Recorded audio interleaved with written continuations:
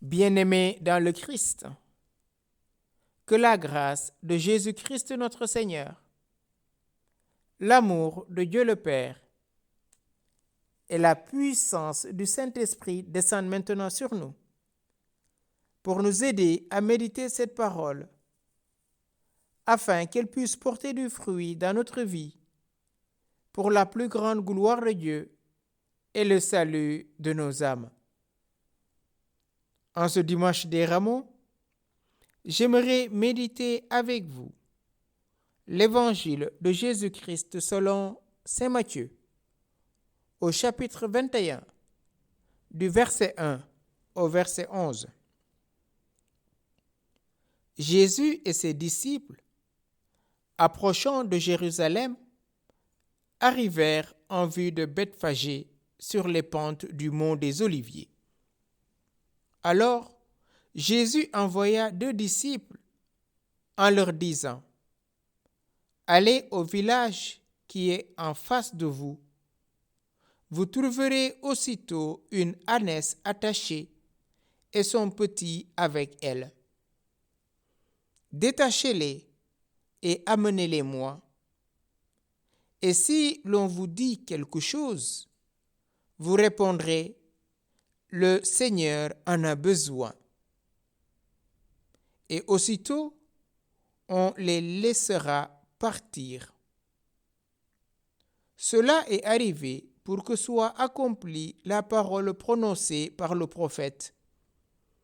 Dites à la fille de Sion : voici ton roi qui vient vers toi, plein de douceur, monté sur une ânesse et un petit âne, le petit d'une bête de somme.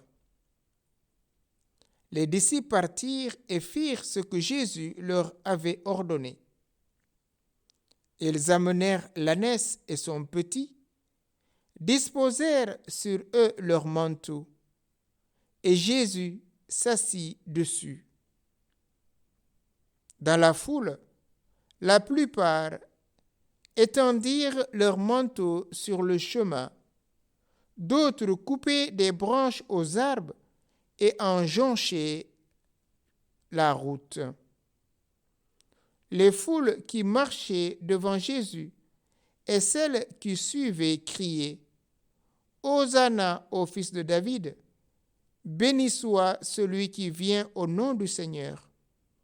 Hosanna au plus haut des cieux.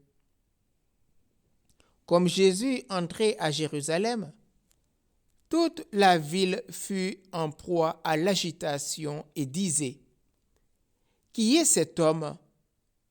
Et les foules répondaient : C'est le prophète Jésus de Nazareth en Galilée. Bien-aimés dans le Christ, dimanche dernier, nous avons médité l'évangile de Saint Jean, où Marthe et Marie envoyèrent une délégation à Jésus pour lui dire : Seigneur, celui que tu aimes est malade. Bien sûr, en parlant de leur frère Lazare. Et Jésus répondit : cette maladie ne mène pas à la mort, c'est pour la gloire de Dieu. Et pourtant, il ne bouge pas.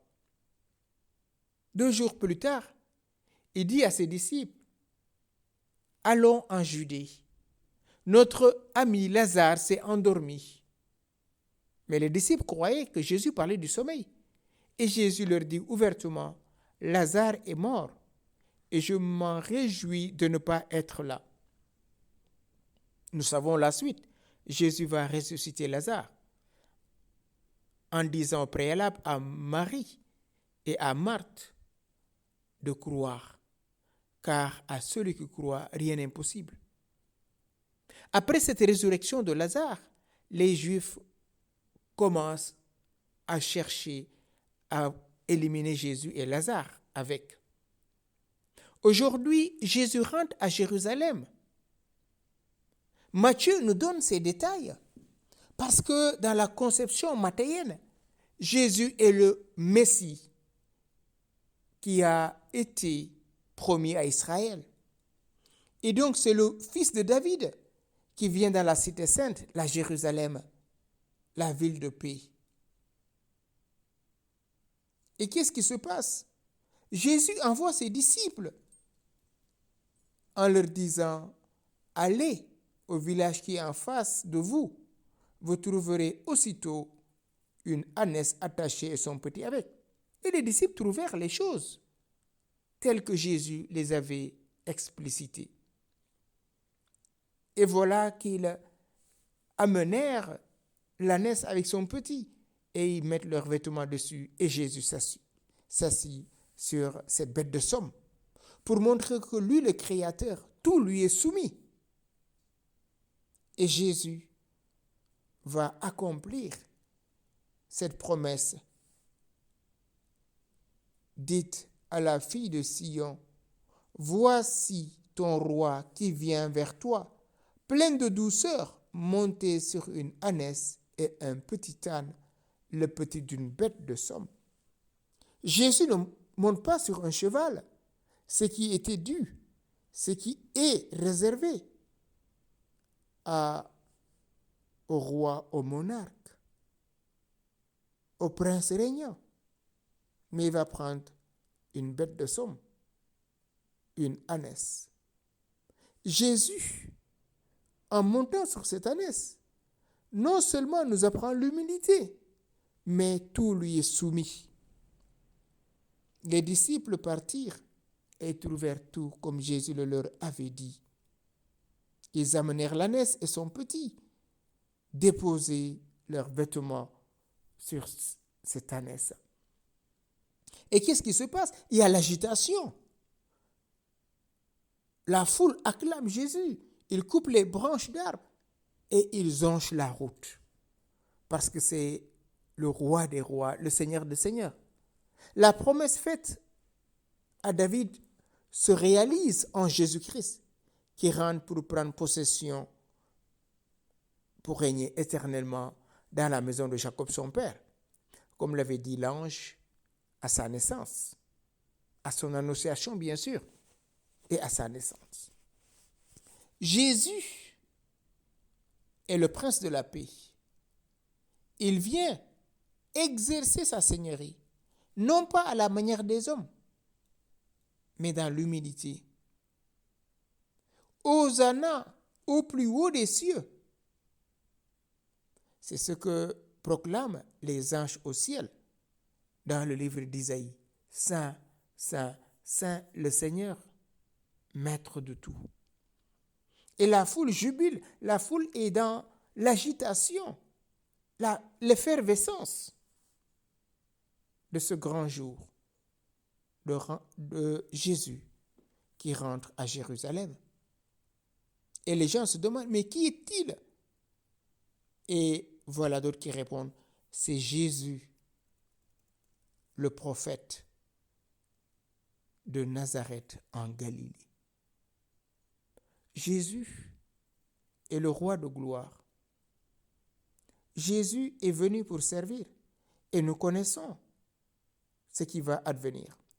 Cette même foule qui acclame Jésus, cette foule qui jonche son passage des branches d'arbres, c'est cette même foule qui, quelques jours plus tard, va crier « Crucifie-le, crucifie-le » pour nous dire, frères et sœurs, ne cherchons pas la gloire des hommes, cherchons la gloire de Dieu. Et Jésus le dit aux Juifs, Jean chapitre 6, vous recevez de votre gloire les uns les autres. Ma gloire, je le reçois d'un autre.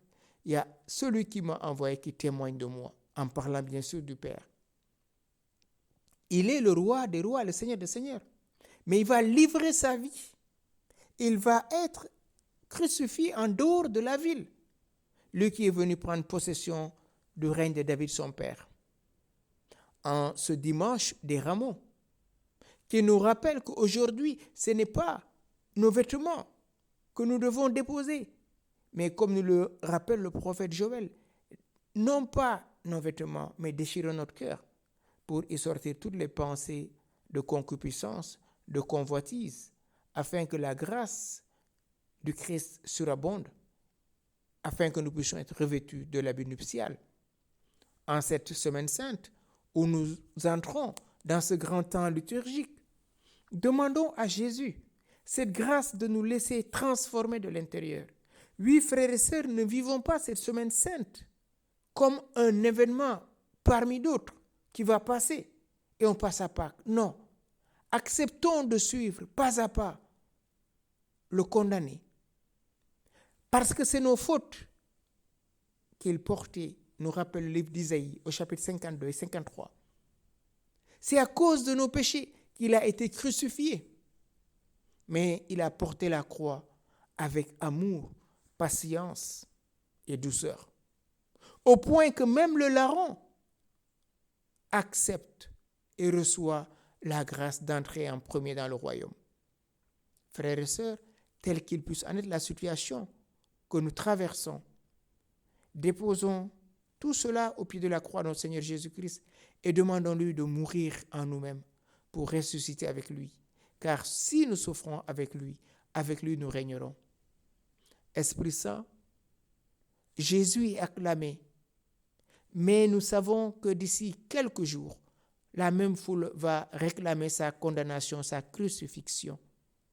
Donne-nous de mourir en nous-mêmes pour que Jésus-Christ, qui est mort et ressuscité, vienne établir sa seigneurie dans notre vie. Esprit Saint, aide-nous à quitter le vieil homme et à revêtir l'homme nouveau. Que Jésus-Christ lui-même vienne crucifier en nous la chair, qu'il vienne crucifier le monde pour nous et nous pour le monde, afin que notre vie ne soit plus à nous-mêmes, mais à lui qui est mort et ressuscité. Seigneur Jésus-Christ, en cette semaine sainte, aide-nous à poser nos pas sur tes pas, à l'exemple de Marie, de te suivre jusqu'à la croix, à l'exemple des saintes femmes, de pleurer sur nos péchés, à l'exemple des apôtres qui ont fui, de regretter toutes nos fuites, toutes nos lâchetés, toutes nos indifférences. Seigneur Jésus, donne-nous de mourir en nous-mêmes pour régner avec toi, maintenant et pour les siècles des siècles. Sainte Semaine Sainte à chacun d'entre nous, que le Saint-Esprit nous renouvelle et nous accompagne. Amen.